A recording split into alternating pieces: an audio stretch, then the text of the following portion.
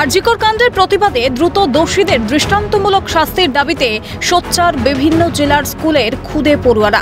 মুখে সেই চীনা স্লোগান, উই ওয়ান্ট জাস্টিস। রাজ্য থেকে দেশ, দেশ ছাড়িয়ে বিদেশেও কাদম্বিনীর বিচার্যের সরব হতে দেখা গেছে 8 থেকে 80 সকলকেই। কিন্তু কবে হবে সঠিক বিচার, কবে গ্রেফতার হবে মূল দোষীরা?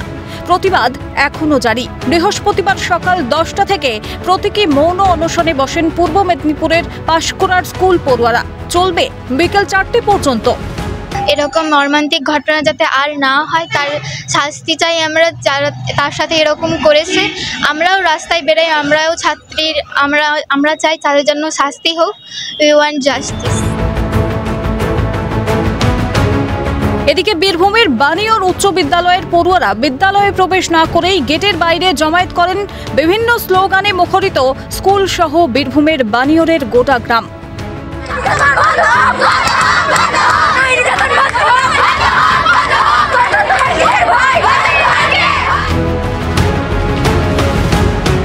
একই ছবি উঠে এলো নদিয়ার মদনপুরে। সেখানকার শিকারপুর হাই স্কুলের পড়ুয়াদের নিয়ে একটি মিছিলের আয়োজন করেন স্কুলের শিক্ষক শিক্ষিকারা। মূলত আরজিকর কাণ্ডের প্রতিবাদে এবং দোষীদের দৃষ্টান্তমূলক শাস্তির দাবিতে এই মিছিল করা হয়।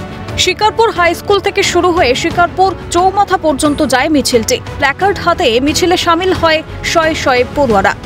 এখনো তোদের দেখলাম প্রচুর এনার্জি আছে, এখনো কয়েক মাইল হাঁটতে পারবি। তাই যখনই বিপদ আসবে তখনই কিন্তু এরকম বেরোতে হবে, সমস্যা যখনই আসবে। অরুণাভ মান্না, ভোলানাথ চক্রবর্তী, সুবীর দাসের রিপোর্ট, ক্যালকাটা নিউজ।